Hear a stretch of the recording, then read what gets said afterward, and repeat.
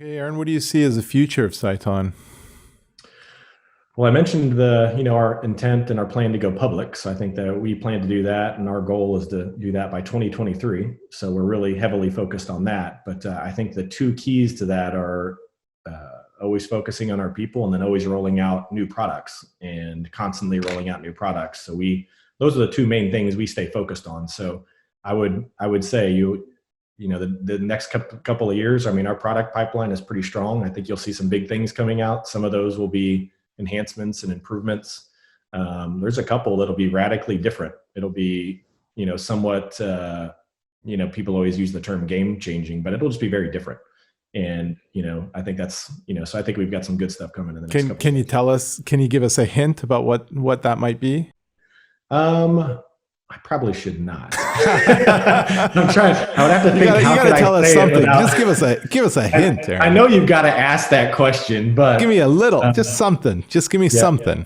Well, I would say that the one there's two of them, but the one of the ones I'm thinking of, I wouldn't call it blue ocean, meaning it's radically different in a sense that it's no one's even thinking of it or nobody knows a laser wavelength. I would say it's a radically different way of doing a treatment.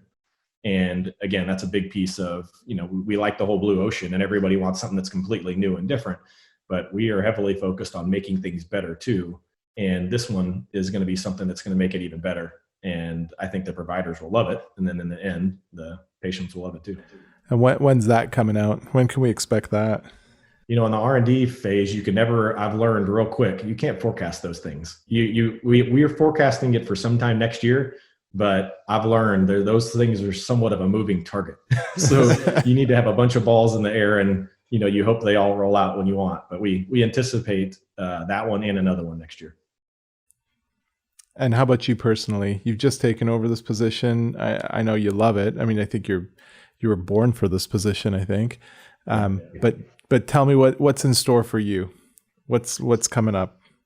yeah. I mean, I think it's probably a lot of the same. I mean, you've brought up some things that keep me up at night on a pretty regular basis. Which when you go from being a private company that's employee owned to becoming a public company, that's pretty stressful in itself because, like you said, you're trying not to change the culture. And how do you become a public company but still have that family feel that we have right now? And that's ultimately my focus. There's a lot of other things along the way that I'm looking at or thinking about, but those are really the two big ones. Is how do we become public, which we've committed that to our people, and now we need to go do it.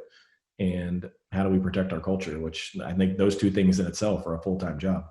Plus, doing things for our people, rolling out new products, watching revenue and income, all those things are important too. But those are the top two, are becoming a public company and protecting our culture.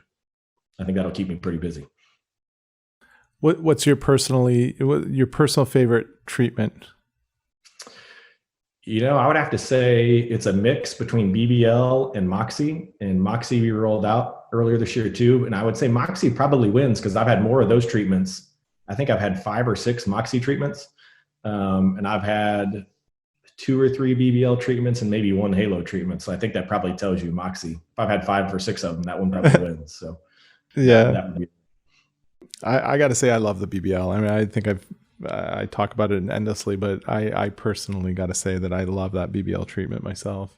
It's hard not to love it. I mean, for sure. My question for you is: have you ever done a treatment on yourself? You mean you mean held the handpiece myself and fired it on myself? Yeah. No, not because I wouldn't, but I never thought to do it. But I wouldn't put something like that past myself to do. I've seen a lot of people that they say it's their favorite treatment and they do it on themselves. I'm like, wow, I've never done that either, but I see a lot of people do that. That is funny.